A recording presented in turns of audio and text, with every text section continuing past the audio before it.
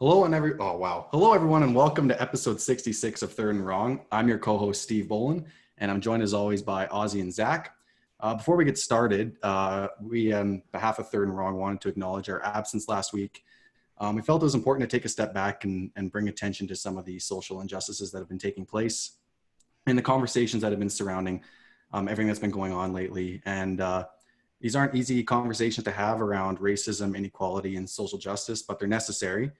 And we all strive for a fair and equitable and free land to go about our business, but that isn't always a reality for Black and Indigenous Canadians and Americans. So we can't change the whole world. We're just three guys on a podcast, but we can certainly change our attitudes towards these issues. And if you're like us and have felt helpless throughout this entire situation that's been going on, I encourage you to go take a look at our show notes. We have a couple different links there to charities that you can donate to, petitions you can sign, and just different ways you can get involved so you can feel like, not feel like you're making a difference, actually go out and make a difference, because every one of us can make a difference, and it starts with having difficult conversations and taking that small step to donate a little bit, sign a petition, and take it from there. So check out our show notes. We're really happy to share some really great resources. And if you find any more that you want to bring to our attention, we're happy to help out and, use our platform to spread a little positivity and help some people out. So that's why we didn't record last week, but we're happy to be back. We're going to talk some football. We're going to talk AFC South. We're going to get right into it. But first, let's check in on the guys in Medicine Hat. Zach, how are things? Hey, man. Life's good. Living the dream as always, as you know. Weather's good. Summer's around the corner. Or summer's here around the corner. So living the dream down here. There you go. And Ozzy with the orange polo. Popping. You guys are both wearing polos. I'm upset I didn't get the memo. How are things? Things are fantastic, Steve. Although Zach spoke to summer being here, I'm still just kind of like clinging on. We didn't get that last snowfall that you usually get in like April or May. And so I'm just like, I'm waiting for it. I think that I'm just, not that I'm excited for it. I just say, really? Before I get my hopes up, yeah, unless the universe is blessing us for ruining most like our 2020 with COVID, maybe that's just like getting straight into the nice weather. But we've had really good weather since April, so I'm just like, are we getting snow here? So you're not hoping for snow. Oh no, not at all. Okay. I'm just like, my hopes are just like, I'm not as excited yet because I'm just like, there's always like that last snowfall to be like, snow's still here, mother effer. But I feel like it's in our rearview mirror now. Yeah. The grass is green. The flowers are budding, right? Budding. All the fun stuff. So let's leave that in the rearview mirror. Yeah, I got my new Sean Alexander jersey. I mean, come on. It's no time for snow. Oh, that's who that is. You sent that in the group chat. I was like, who the hell is that? Disappointed. That hurts. I'm not even a football fan, I guess. Yeah, that's okay. And they put the basketball hoops up by our house, so we're really excited about that. I gotta go break some ankles. So okay, let's get into some NFL news. We got a lot to catch up on, obviously. So latest news: NFL blocked Dave Portnoy, who's founder of Barstool Sports, his purchase of this sounds awful the way I was going to word it. A purchase with a night with Goodell. No, that's not how it's going to come across. It was a charity event to watch Monday Night Football with Roger Goodell. He had bid, I believe, $250,000 to win it, and he did. And then the NFL backed out and said no, basically based on his record. I guess a little history for everyone who isn't aware. Portnoy and Goodell aren't exactly best friends, obviously with the Deflategate situation back in 2017. 2014. Well, 2014, but then when Brady actually got suspended, it wasn't until 2016. And so Portnoy made these jerseys with Goodell as a clown, which I'm sure went over like a lead balloon with Roger Goodell. And then Portnoy and Barstool were banned from NFL media events or NFL events in general during the Rams-Patriots Super Bowl. And they snuck in anyways. And then he got removed halfway through the game or something like that. I think you might know a little more on that, Ozzy. So there's a feud there, but technically Portnoy won the charity event fair and square, and now he can't go. So it's kind of like, well, I don't know whose side to be on, but you maybe should honor. I think the money still gets to go towards charity, which, by the way, the charity was supposed to go towards COVID relief. a fund there. So I think the money still gets to go to charity, but Portnoy doesn't get his football experience with Goodell. I mean, if the money still goes to not to Goodell, to COVID relief, I will happily accept the invitation to go and just hang out with my boy Raj. But it's like you guys are homies, man. Yeah. So let's just throw that out there. But yeah, I think that's hilarious, this little feud that's going on. But I got a question. If you guys are Goodell, would you have just accepted the invite? Like, I feel like Goodell's biggest problem is his inability to laugh at himself. Like, it even took him years to like finally get along with the boos. Like, he finally started acknowledging them. Before, he'd always just walk up all pissed and like, oh, they're fucking booing me. I hate it. But it's like, come on, Roger. Like, have a little like, self-depreciating humor is probably the best humor there is. I mean, I subscribe to it every day, and I'm fine. So, do you guys think Goodell should have went along with it and had Portnoy in his little man cave, and they could have hashed it out? I think it would have been good content for everyone. Well, even saying that, Steve, like when Raj, as Austin would say, comes up and like the crowd boos him, it still feels like he's not like going with it in that sense. He's still like, I hate these guys, but let's hear it louder. Like, it was really awkward. No, I think that would be great for his image. I think his person, like, when you look at Adam Silver, everyone like loves Adam Silver as a commissioner. He can get on your level and understand what people want to hear. Roger Goodell, seems more like that, tyrant at the top, where he's not going to listen to anyone else. My word goes, and it would really help actually in the end. And, maybe even in the end, squash that little bit of feud they have between them and, build something better there. But you never know. Raj can be that kind of guy. I would beg to differ with your guys' sentiments on how he doesn't seem to get along with the fans or whatever. Because this last draft, I thought that's where we saw Raj come out of his shell a little bit with that, because he was like, in his basement. like right in the basement, in front of the camera or in front of the TV is. Got the fans of the team that's picking on. He's just like, louder, and they're booing him.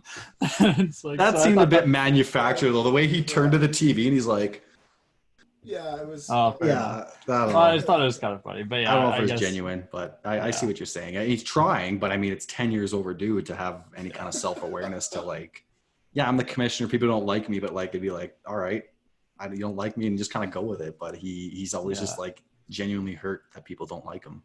And from a content perspective, that actually would have been a sick night for Portnoy and Goodell to meet up for Monday Night Football. Like, that would be a sideshow in itself. Like, you would be able to put on the game on half the screen, and then that is literally have like counter. A little mini They're just like throwing fists on the side.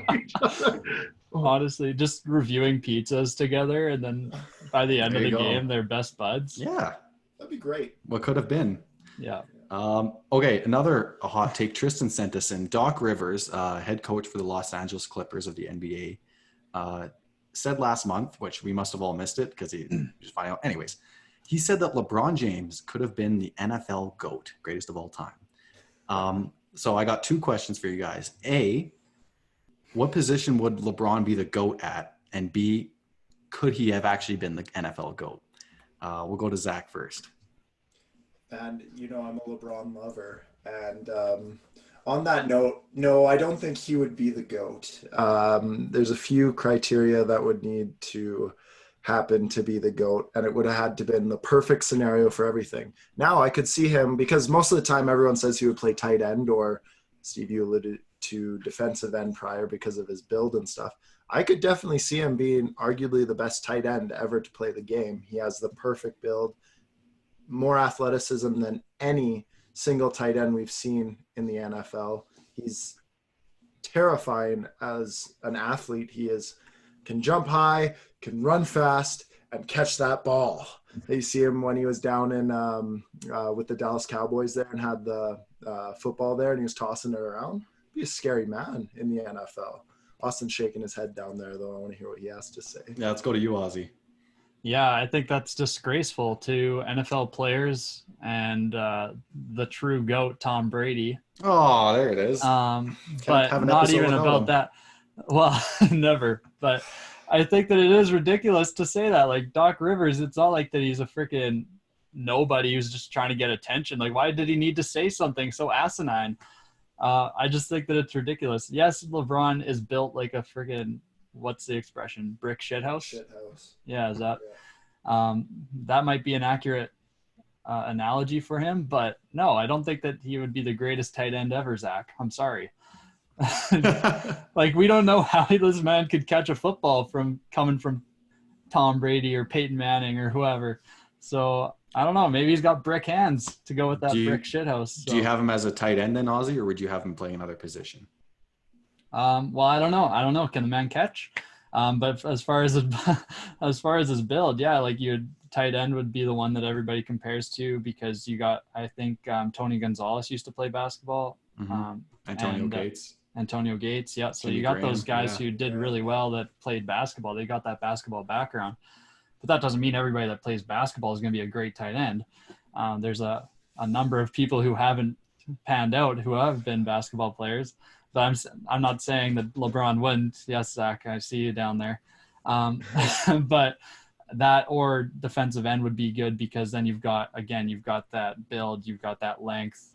LeBron would just, I don't know how strong the man is. I don't watch a lot of basketball personally. This is a football podcast. I like football more than basketball, but so maybe he could throw some tackles along the line. I don't know, but offensive tackles, that is, not make tackles. But yeah, so I just think it's an asinine comment from Mr. Doc Rivers. Sorry. I think my big thing with it is that, honestly, out of all the sports I do watch, LeBron James is arguably the greatest athlete I've ever seen play sports. And like, even just watching Michael Jordan make the transition to baseball, it wasn't a success in any means, but he had some success in AA and I think AAA baseball. Like, I think LeBron would be able to turn some heads, like even like at the point of like 31, if he was to have done what like MJ did. But like, if he was, I think it's more the concept of, if he started off young, like he played in high school as a wide receiver, and if he went on to play college ball and then move on to the NFL, I think that's kind of more where Doc Rivers, the GOAT thing is way out of proportion. I think he'd be a first round pick, man. I think he would have been a first round pick easily. I just hate these. I hate these debates because it's literally meaningless. It's so meaningless.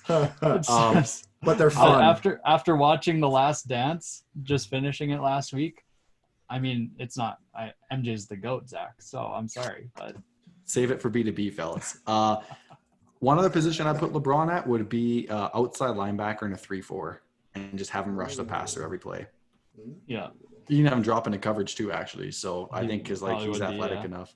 But tight end, I think it'd be good. We're used to seeing him at a basketball physique, so like it's very like ripped, slender, but like slender. That's the word. I wasn't gonna say skinny. That's not the right word, because he's built.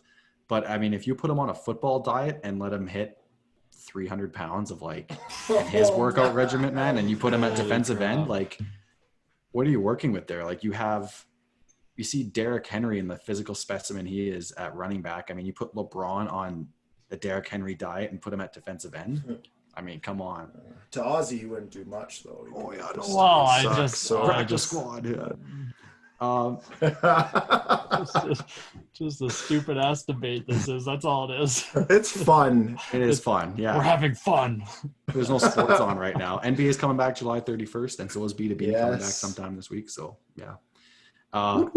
So each week we get closer to sports, guys. There's more and more news on what the NFL and CFL are doing to a degree to mitigate the risk and the spread of COVID, which is still going on.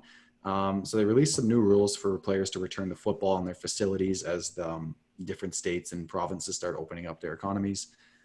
So we got locker rooms need to be reconfigured to permit people being 6 feet apart. That seems tough, but I can see how, I guess, if you limit the roster size or amount of people allowed in the facility. Meetings must be conducted virtually when possible. They've already been doing that. Helmets, shoulder pads disinfected after each game, and I take it practice as well. Probably puts a strain on the training staff and everything, but they got to do what you got to do. And masks required except when interfering with athletic activities. So yeah, like I said, if you guys, you can't be running a streak route with a freaking medical mask on. I just don't think that's possible. And we're going to get to it in the CFL when we talk Canadian corner after they're proposing like these full face football masks that pretty much have like the visor, but like it's implemented at every level down. And the replies on Twitter pretty much said it all for me. It just seems like it would fog up really easy. So unless there's some technology that would not allow that to happen, that seems like a stretch. But these other ones seem reasonable. And if it's safe for the players and the staffs, because everyone's like, oh, these are athletes, COVID wouldn't affect them. But you have to remember the training staff, and there's a lot of people that are in their 60s. Pete Carroll's almost 70. So, I mean, please protect Pete Carroll. And Bill's getting up there. So there's a lot of different people of different demographics and age ranges that this virus affects differently. So you got to take them into account as well. But whatever gets us closer to football, man. But I'm cautiously optimistic. What do you guys think? Ozzy, what are you? Yeah, I'm fine with, like, obviously I'm with you, Steve. I think that these are what you got to do. It's interesting because I don't know how they're going to manage the locker room reconfiguration, because you've got 52 players, you've got media, you've got training staff, etc., all in this locker room, which are massive, like when you look at them, but to be 6 feet apart from everybody, that's gonna be wild, and that'll be interesting to see how they manage that. But like, just speaking from our perspective of how COVID is kind of aged in Southern Alberta, it's been pretty good. Like, we're moving on to phase 2 of reopening. So maybe by September, when football season does come around, maybe we're looking at a much different, maybe all these changes are abolished because of just how things have gone. I don't know. We are no medical experts. We aren't even football experts. We just talk about football. So we will be one day. We will be one day. I mean, how do you even become? You don't have to go to school for it. You keep talk about it until. Yeah, exactly.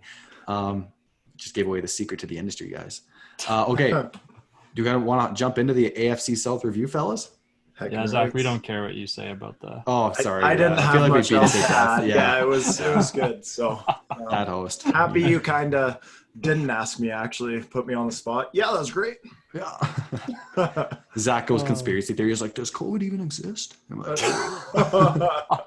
oh man. For the record, it does. Okay, AFC South review. Let's start with the Texans, guys. And there's going to be some overlap here if you've been listening to our previous episodes, because we've talked at length over free agency and over draft and our reactions to some of the bigger moves. And all 4 of these teams have made significant moves in free agency in the draft that we have talked about before. But what we haven't talked about are our predictions on how these moves will have impacted how we see this team moving forward. So let's start with the Houston Texans, guys. And I'm just going to kind of rattle off their additions, who they lost, some notable names, and then go from there. So you got the Texans, who added Brandon Cooks and Randall Cobb to round out the receiving core. They added David Johnson at running back, and then they re-signed Roby, defensive back. So that, solid moves. Okay, hold on. A couple solid moves there. They lost DeAndre Hopkins, who they traded for at the aforementioned David Johnson. They lost Carlos Hyde, who just signed a 1-year deal with Seattle. They lost DJ Reader to the Bengals, I believe, Ozzy? Yes. I remember you bringing him up a couple episodes ago. And they lost Miller and Joseph, Joseph being the corner. So that's a lot. And then their draft, they didn't have a pick till the second round, and I'm not sure if the guy they took is even going to be an immediate impact player. I'm not optimistic on the outlook of this team, guys. I feel like we've talked at length of how wrong Bill O'Brien has done this team and how sorry we all feel for Deshaun Watson. I think Watson's talented enough to make everyone around him better. So I think Cooks and Cobb could have very productive seasons with Watson there. I think David Johnson, if utilized correctly, could be a productive running back for that team. That all being said, I think they go 7-9 this year. And I won't tell you where that is in the division yet until we're all done, all 4 teams. But I'm just not confident in this team. I love Deshaun Watson. He's a top 5 quarterback in this league. He cannot carry this team all by himself. And I think they're going to fall short of where they went last year, which was a game away from the AFC Championship game and a 24-0 lead at that. And they decided to blow it up for whatever reason. So let's go to Zach next. What are your thoughts on the Houston Texans?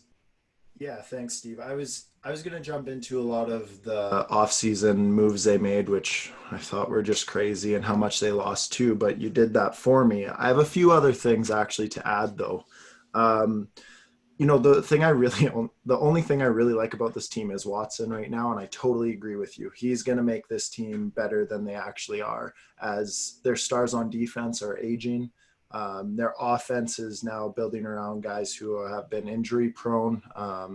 The names you've listed off with Cooks and Cobb and Johnson. Yeah, they're all injury prone. Unfortunately, it's not a great thing. But Watson, I think, is the glue that's going to make that work a bit on offense for them.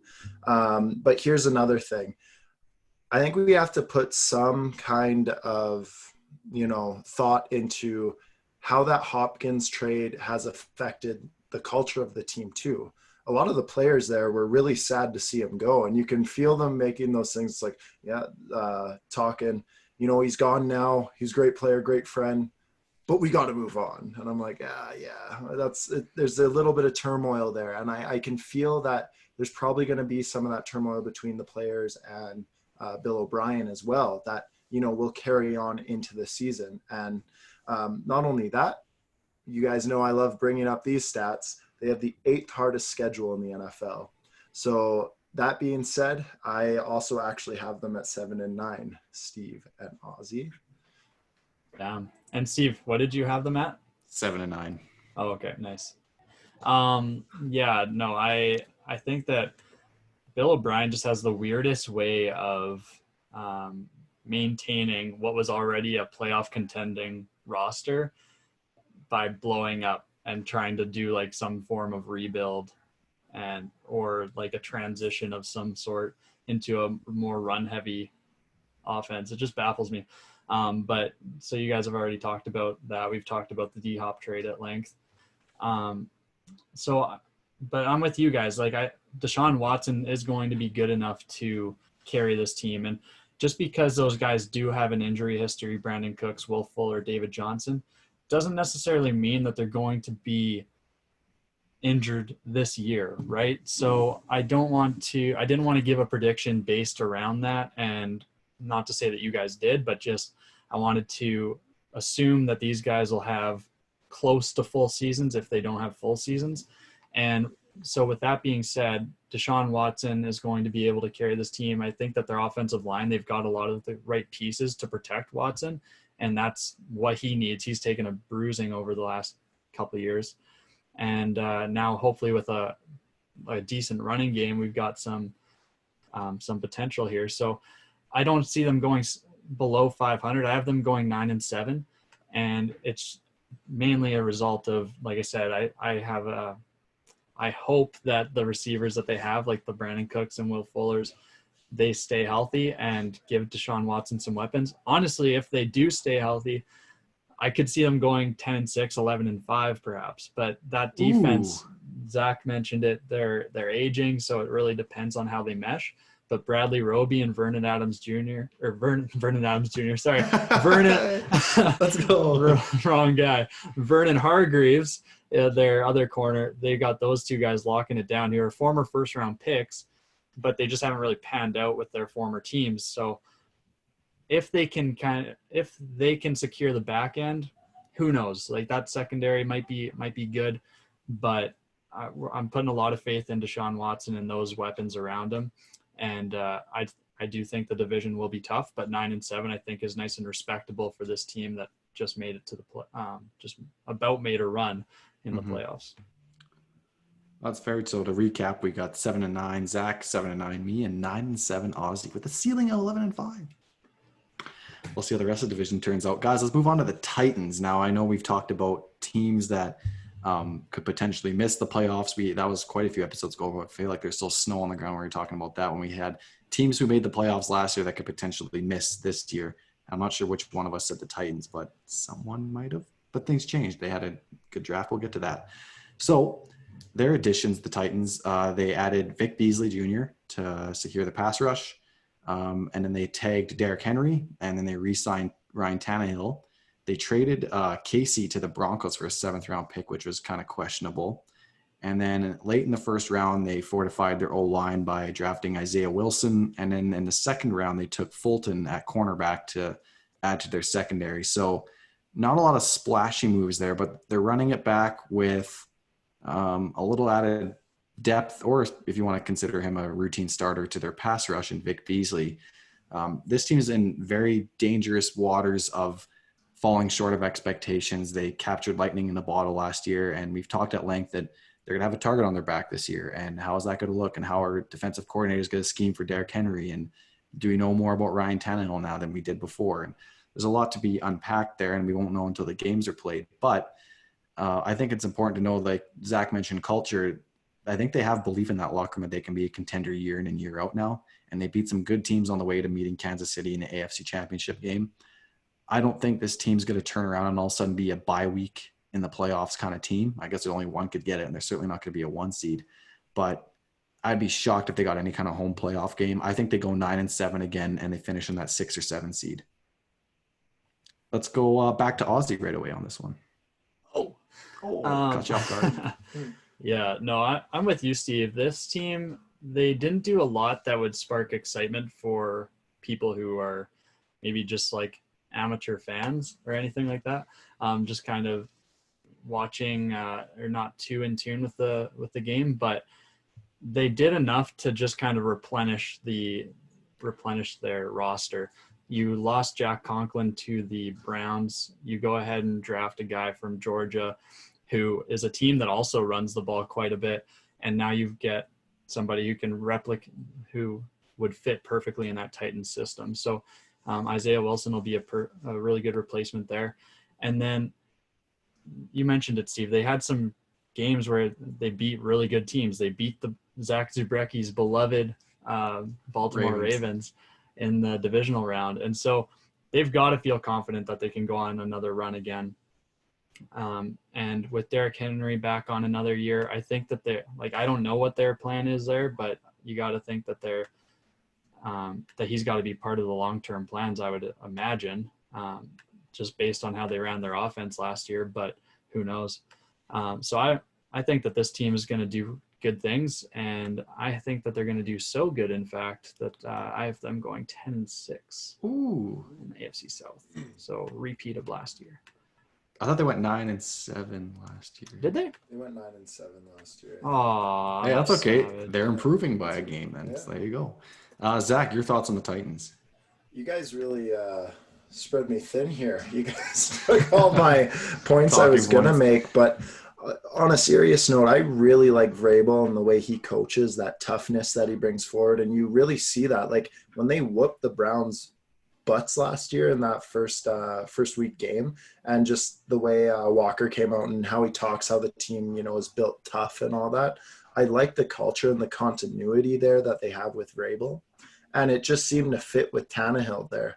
Tannehill and Henry pounding the ball, and Tannehill throwing it deep. As you guys know, I have Tannehill in my top 10 of quarterbacks going into next year.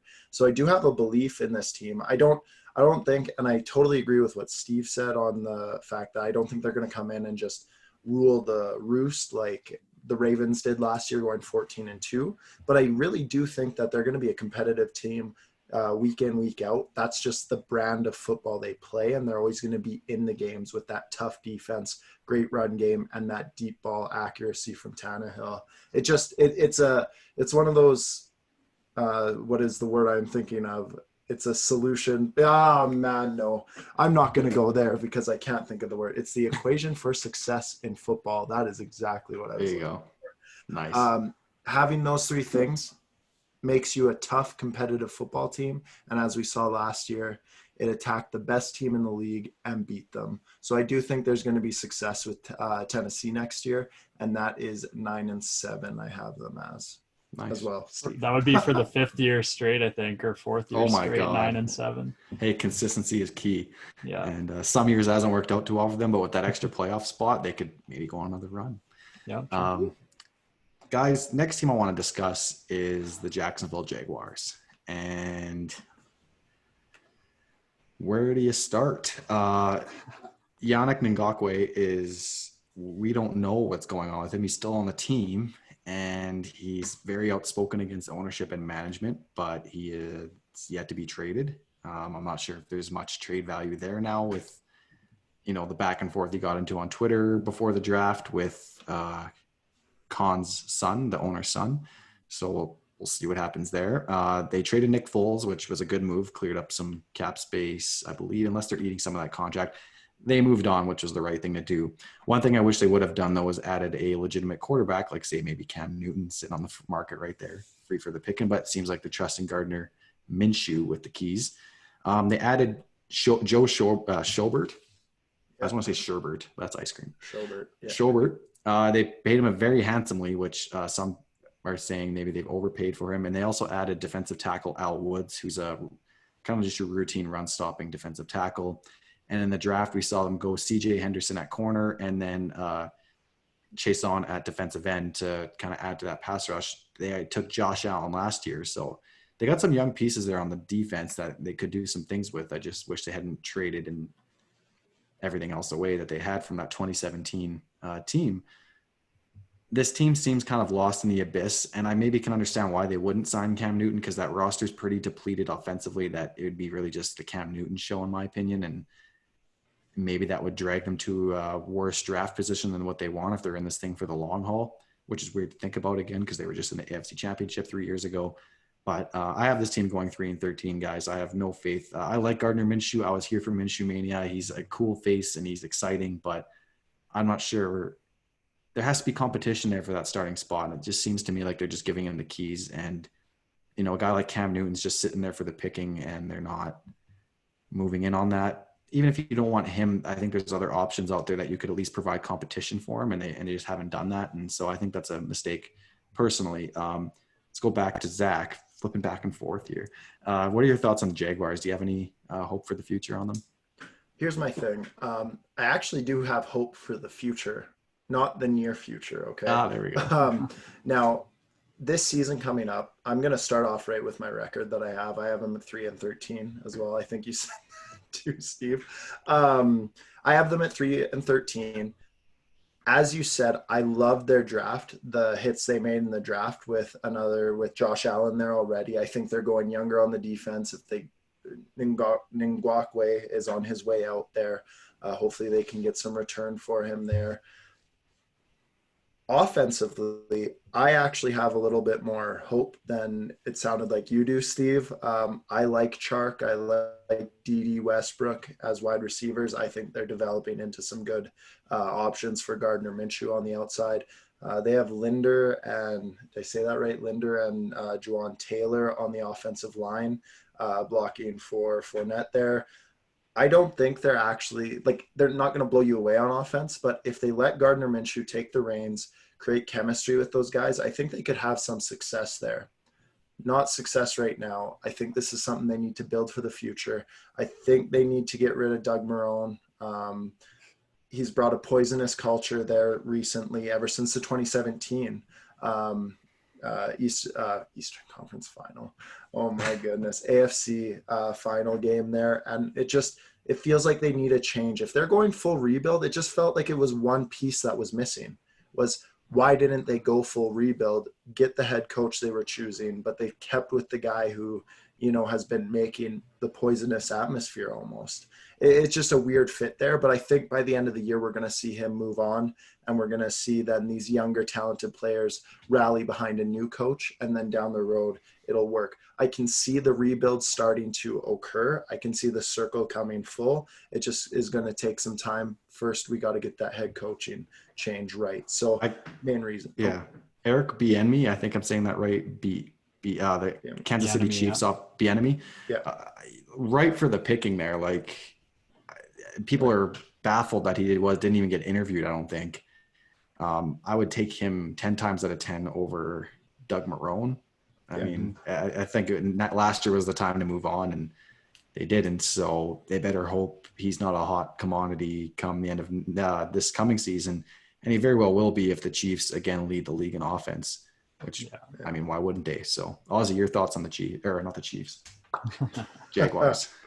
Well, one thing I'd just like to say is that sometimes I think it's easy to forget that Gardner Minshew was he was setting a good pace, and at some point throughout the year last year, he was talked about as possibly being offensive rookie of the year.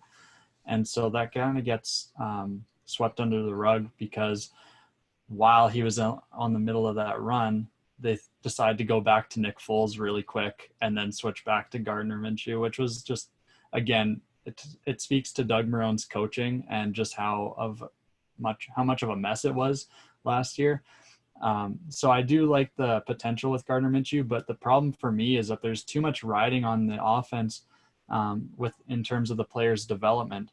Zach mentioned Jawan Taylor on the offensive line. He battled some injuries last year, but hopefully he's good. I think that offensive line is good. That they've got Cam Robinson at left tackle, Jawan Taylor at right tackle, Brandon Linder at center, AJ Cann at guard. And so that's 4 good pieces right there. I don't remember the last guy, sorry. But in terms of the skill position players, they're relying too much on development and health. They signed Chris Thompson and Tyler Eifert, 2 guys who are notorious for battling injuries. And then Zach mentioned D.D. Westbrook and DJ Chark, guys that are great or have been good, but can they take that next step? And can Gardner Minshew take that next step? That's what we need to see from the Jags. And Jay Gruden is their offensive coordinator this year. I don't know. I like that. Yes. I didn't watch a lot of football when Jay Gruden was an offensive coordinator. I've only really seen him as a head coach. And it wasn't good. But I was also with the Redskins, who is a dysfunctional organization. So I don't know how much to blame Gruden is. But so we'll see how these players develop. And I think that with that being said, I gave the team a little bit of I had a bias towards them excelling a little bit. And I have them going 5-11. I think that this team is good enough that offense could make some sparks in some games. You've got like a good running back tandem in Fournette and Chris Thompson. That's like a perfect 1-2 punch. And then, like I said, with those receivers who are good, maybe can they take the next step to great? That would be awesome. And then Gardner Minshew taking that step. I think they could be in some games that a lot of people would be writing them off for. So 5-11 is what, again, on the bottom end, and hopefully turning it around. But I think that would be a good spot for the Jags this year. Yeah, I like that actually. And I just realized I could see why they wouldn't sign Cam Newton. I was kind of thinking about it too. They just tried to have that contender quarterback with Nick Foles, and it went south really quick. So I could see the big picture rebuild now, and there's probably not a need for a guy like Cam Newton, but I just want to see Cam Newton play football. I really like the way he plays. So I'm still thinking the Pats could just go for it, like right in the preseason. Jared Stidham, the GOAT. So. I mean, I stand by Jarrett Stidhammer the whole way. Like I hope that he is our guy. I hope that he doesn't even make the Pats rebuild. But if we went and signed Cam Newton, just like compete in camp, who says no? What they sound like with Baker?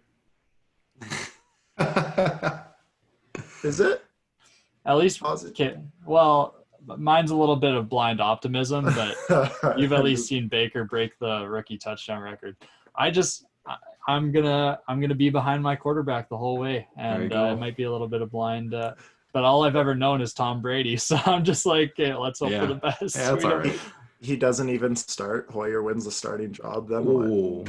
Yeah, well, that's what I thought when we signed Hoyer back. Right. I thought that's exactly what's going to happen, is that Hoyer's going to start the season. But it doesn't really make sense in my mind. Like, just go with Stidham, see what you have, and then. But this isn't the AFC East, but I mean, that's just my 2 cents. All right. And so to recap, Zach and I both have 3-13 for the Jaguars. Ozzy has 5-11. Finally, if I can interject. So before the show, when you asked me if I wanted to hear your guys' predictions, you guys told each other, and you probably just freaking... We realized we had the exact same predictions. Yeah. Nice. And then there was proof. Zach showed his phone notes to the thing, and I showed my sheet of paper. And no word of a lie, no changes. I read them all out, and I just saw the look on Zach's face. I'm like, you have the exact same records, don't you? And he goes, yeah. So, yay. That's exciting. Good chemistry.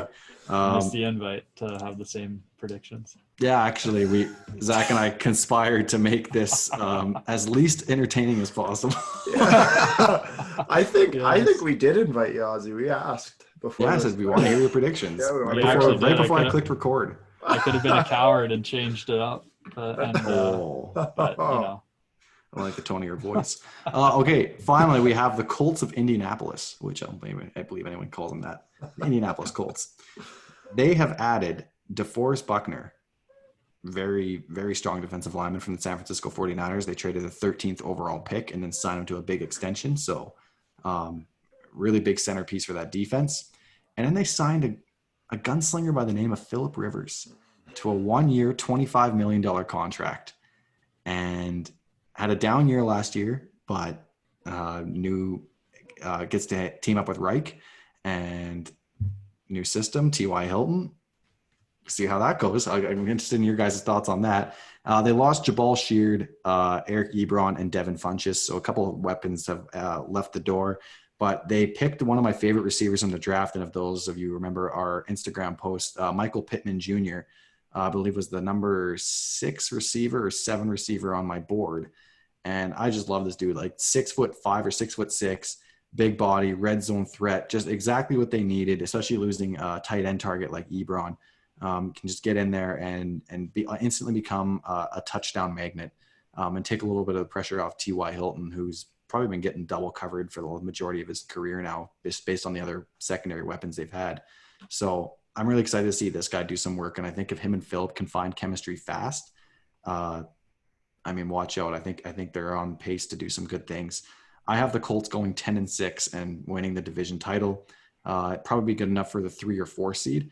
I just don't think it'll get them a 2 or 1 at a 10-6 record. You got teams like the Chiefs or the Ravens that'll probably take those top 2 spots. But this Colts team could be dangerous. They could be dangerous enough to make it to the divisional round or upset one of those 2 teams I just mentioned and get to the AFC Championship game. It really depends on Phillip Rivers. And I'm not ready to write him off because the team he was with last year was inept up front, injury prone on defense, and it just seemed like there wasn't a fit there.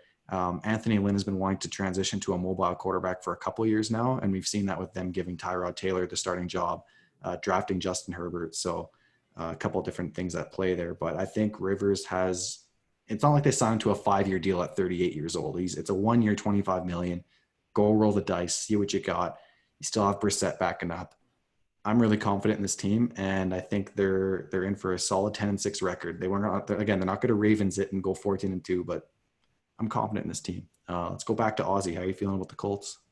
Yeah, I had my mixed feelings about Phillip Rivers, honestly, when I was doing this write-up, and I just didn't know what to think about Phillip Rivers because, yes, he's 38, and yes, he came off of a pretty bad year by his standards, and I thought about it a little bit more, and just the offensive line wasn't great at all for the Chargers. They needed to address that, and they did this offseason. So I actually really like what GM Chris Ballard has done for the Colts, and it's kind of business as usual every single year under Chris Ballard. They've had a good free agency and draft, and that continued this year by getting Phillip Rivers. And you had mentioned Eric Ebron's gone now. They signed Trey Burton. Oh, I forgot about that. Yeah, to replace him. And you talking about Mike Pittman Jr., that kind of got me amped up for this offense because I remembered Paris Campbell from last year. He was a rookie, and he's going to step into a second-year role. You've got T.Y. Hilton. So that offense is going to be pretty good. Phillip Rivers is used to having some really good receivers in L.A., so now you give him a bunch of weapons there, a better offensive line, one of the best in the league, top 5 for sure. And then the running back tandem of Marlon Mack and Jonathan Taylor. I didn't even mention that. I forgot they drafted Taylor too. Yeah. So for those who don't know, Jonathan Taylor was one of the best running backs in the country last year in the U.S. and just struggled with fumbles, but that's about it. Yeah, exactly. So hopefully he can overcome that. That's not something that's just an easy fix. Sometimes players really do suffer from some butterfingers, but hopefully Jonathan Taylor can fix that. And I forget how many fumbles he had, but it was quite bad.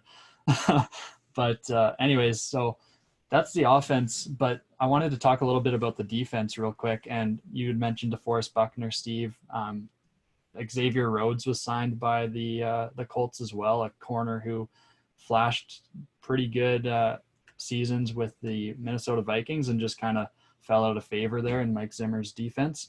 But when you look at building a team or building one side of the ball, you want to have 3 stars or 3 stud players at each level. And I think I've talked about this before. And so like you get DeForest Buckner on the defensive line. You've got Darius Leonard, one of the best, if not the best, middle linebacker in the game, and then you've got Malik Hooker in the secondary, and then you kind of fill out the secondary with guys like Xavier Rhodes and TJ Carey and things like that. So, and Justin Houston, I forgot Justin Houston's on the defensive line. So you got the amazing pieces on defense to go along with those weapons on offense that we mentioned. And it's just like, this team has the pieces. I think that if Phillip Rivers can kind of harness any energy he's got left and go back to the glory days, I think they could make a serious run here. Obviously, you got to get past the Chiefs now. They're the standard. But this team, I think through and through, when you look at it, they're a team that's ready to make some noise. So I got them going 11-5 in this division. Ooh, there you go. Zachary Foth. Hello.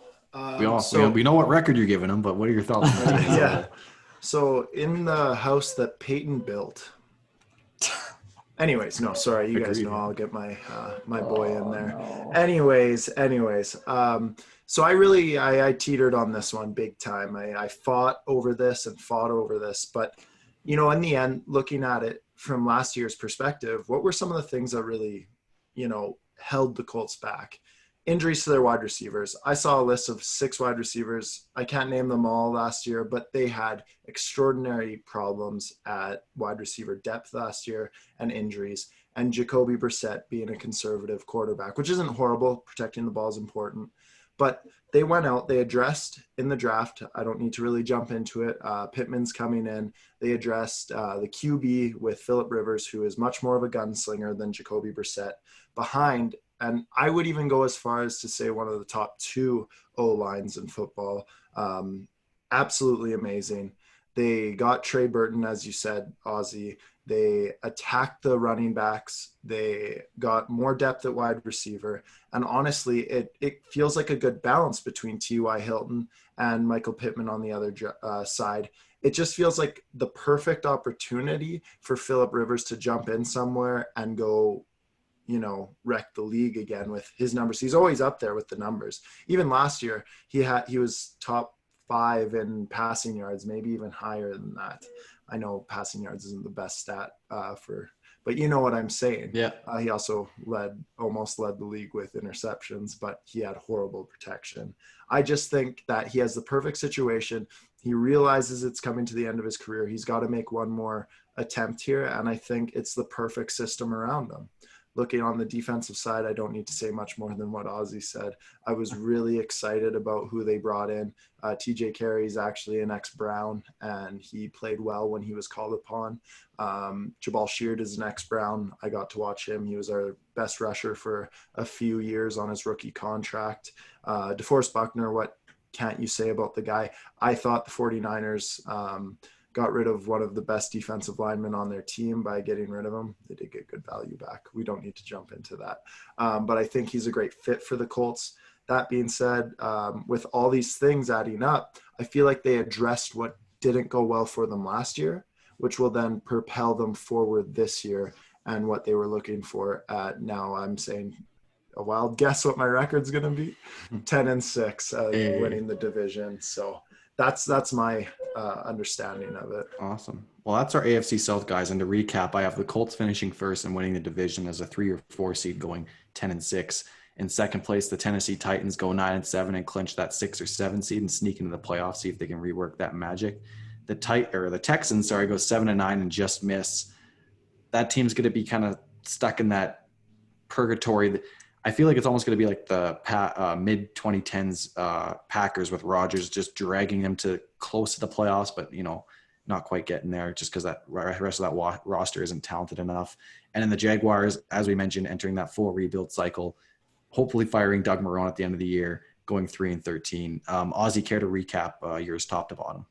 Yeah, I just wanted to add you saying that the Texans emulating the mid 2010 Packers just made me cringe there, because I don't want that for my boy Deshaun Watson. No. Oh, that's terrible. But anyways, so I've got the Colts finishing first at 11-5, the Titans second at 10-6, and the Texans at 9-7.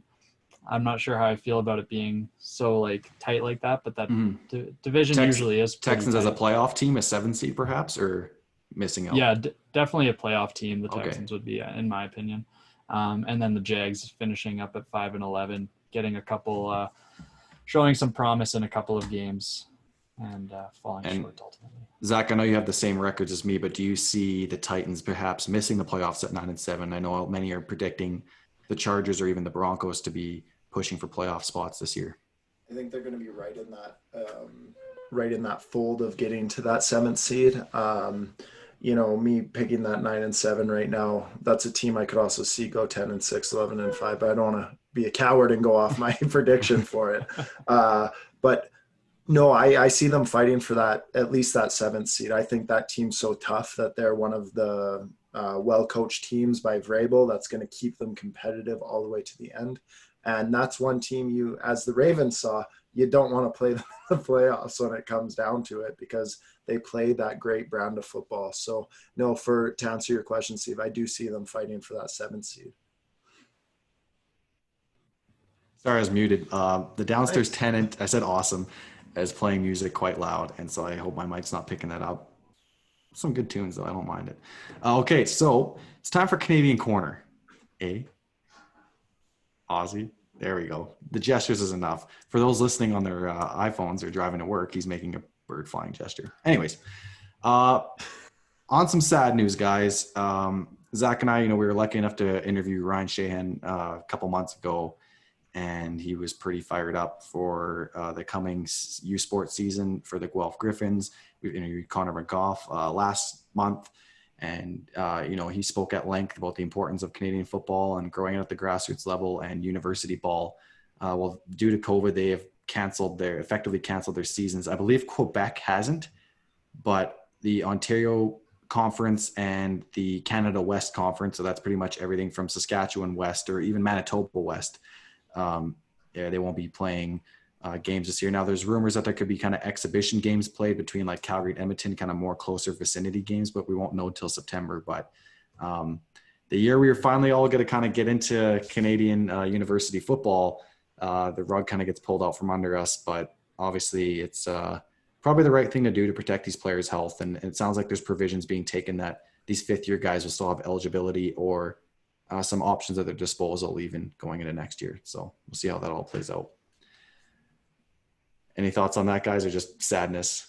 Yeah, it's unfortunate. It really is, especially for those fifth-year guys who, they're getting ready for that final year where they're ready to make the jump into possibly the CFL draft and whatnot, and then that happens. So, but like you said, if there's provisions for them to possibly have that last year, and maybe they can make a name for themselves yet. But yeah, no, it is quite unfortunate. You guys said it the best there. Just sadness, as Steve said earlier.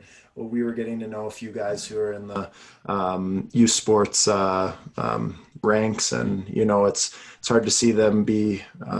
It's upsetting to see how much hard work they put in, and to have it, like Steve said, the carpet taken out from under them.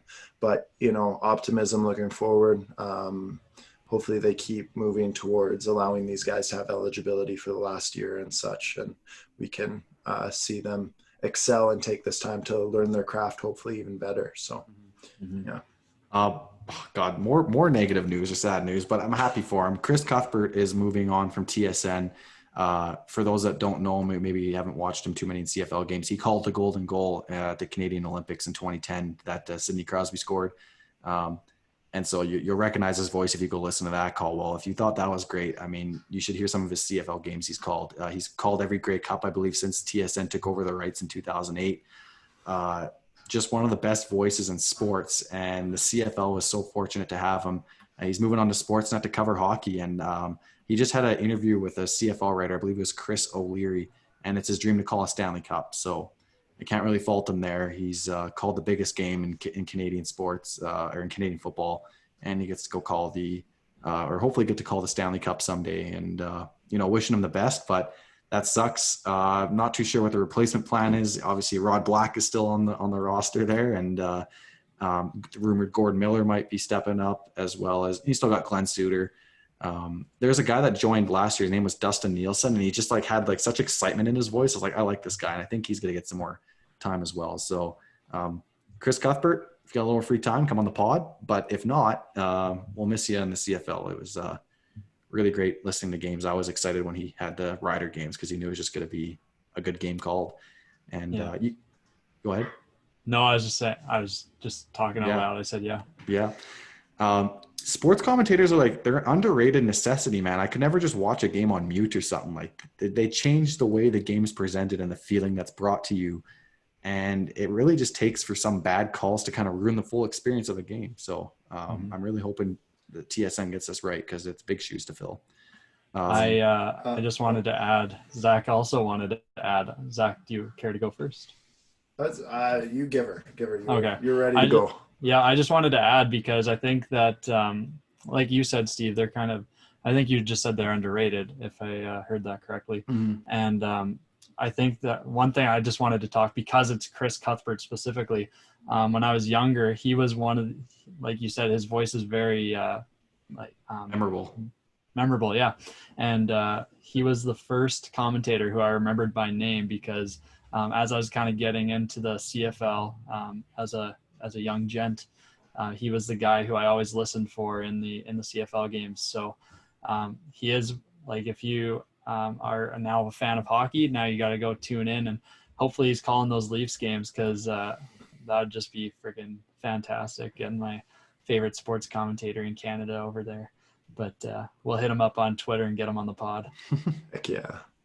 I think it's one of those things now, all of us can look back and watch all these games that he called and really get excited about it and just remember the great stuff he did over at the CFL.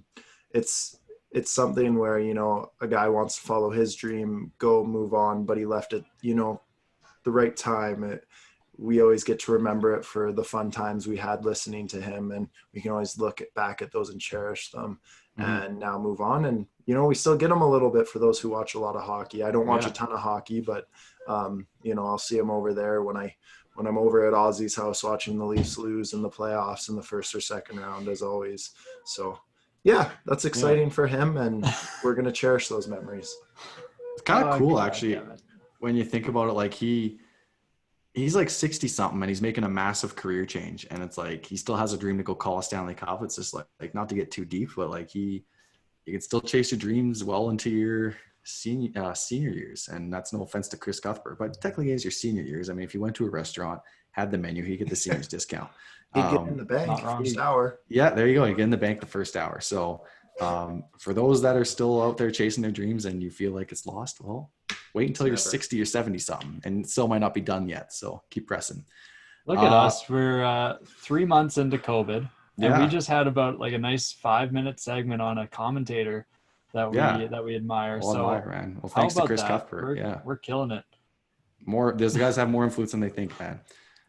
Troy Aikman hurts my soul, but get to that another time. We talked about the full helmet face mask policy. Do you guys see that being a reality? I still feel like there's still so much contact. Is it even worth having a full kind of helmet with the visor all the way through every like mask in the face or every hole in the face mask? I don't see that being a viable solution to this. I feel as though you said it best prior. The technology has to be there and be perfect for them to be. Football's a dangerous sport, and if it's putting them in more danger because they can't see anything when they're running around out there and a high-level athlete runs into them and breaks their leg, like, they need to make sure the technology is set up correctly and that it will allow them to do what they need to do at a high level, or else they're putting them at danger. And I agree, it's going to be hard to get to that point, but maybe they can figure something out. And that would be great, keeping them healthy from COVID too. We want to see all of it. Sometimes you can't have all of it all in one, but yeah. Yeah, I think that if they can use like some sort of plexiglass type thing like they use in hockey, I feel like that would probably be good, where you're not like smashing in and then like glass shattering. Oh God, that'd be awful. Because I didn't consider that. Yeah, so that's kind of what I was thinking about. So yeah, if they had like Zach said, the technology to kind of do it, I think it just like a plexiglass type thing would probably work fine. But I think they could do it, and it would look pretty cool, possibly. I mean, like, why do they have the face masks that they currently have? They're just kind of weird looking. I've never understood like the whole The like visor? no, not the visor, but Oh. like the weird thing, like the metal or the Yeah, the weird thing. Yeah. Whatever you'd call that. Like I never understood it personally, and I played football. I just like I got different ones for. Do you guys know what I'm talking about right The now? face mask? Yeah. Yeah. He's talking about the Hard. face mask with like the different designs Oh, and stuff okay. on Yeah, them. I got you. Yeah. Peyton always wore the low one. Oh, look at me go back to Peyton.